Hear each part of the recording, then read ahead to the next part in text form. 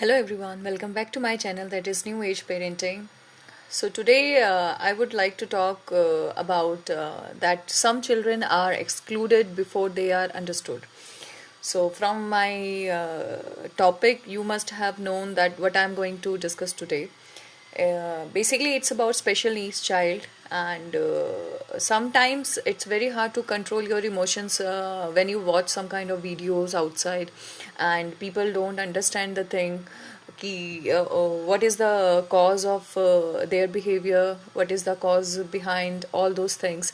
So yesterday I saw a video yesterday, and it was about a child who was stopped from playing in the park. And I guess he was stopped just because he is a special need child, and their guard who were taking care of that place, he said that इसका दिमाग ठीक नहीं है, इसको यहाँ से लेके जाओ. And this is the thing, उनके पेरेंट्स को इतना बुरा लगा कि definitely they fight for that, they fought for that, they raised their voice for this because this is not a thing to talk, this is not a behavior to talk about like iska dimag kharab hai or he's not understanding anything and people cannot play with it. First of all, park is a public property जो कि special needs बच्चे या फिर कोई normal बच्चा और any kind of children can play in that. First thing. Second thing, आप किसी को ये नहीं बता सकते हैं कि यहाँ पर आप बैठ नहीं सकते हैं, यहाँ पर आप उठ नहीं सकते हैं, एंड यू कैन नॉट जज एनी वन, और वहाँ से उसको आप निकाल नहीं सकते हैं. नेक्स्ट, अब इतना होने के बाद, सब होने के बाद, definitely they raised a concern, they have written things on Twitter also, people were so positive. मेरे माइंड में एक चीज़ था कि अभी हाँ ये सब होने के बाद अ चाइल्ड मोमेंट तो डिस्ट्रॉय हो गया ना वहाँ पर. एंड आफ्टर दिस इंडिया में I don't understand this thing that special needs children को इस तरीके से क्यों देखा जाता है, whether it's autistic, whether it's ADHD, whether it's ADD और hyper active kids.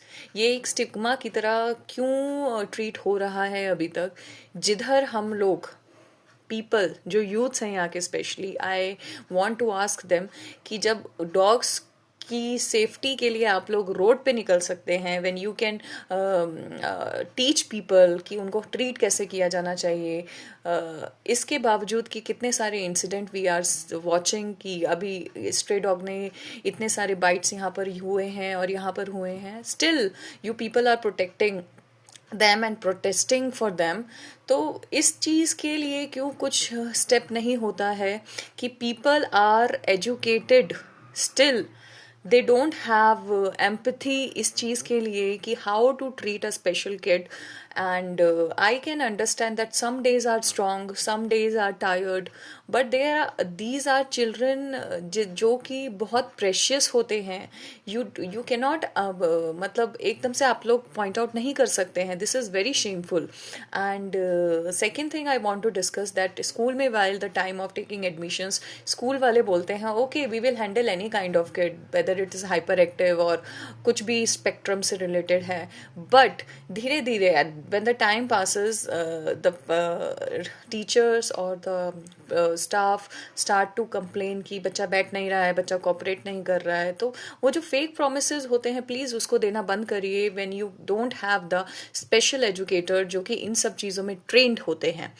Next, I want to talk about the siblings fight. So basically, sibling fights are so common nowadays. वो घर की बात हो जाती है. But when we are taking these kind of kids outside, उस time पे एक ऐसा बबल बन जाता है उनके चारों तरफ that people don't want to talk. People just stand there and laugh. ये चीज़ बहुत गलत होती है. ये वैसे ही parents are so tired handling these kids because इनके लिए आपको सिर्फ एक सिंगल रूटीन फॉलो नहीं करना पड़ता. You have to manage everything at home.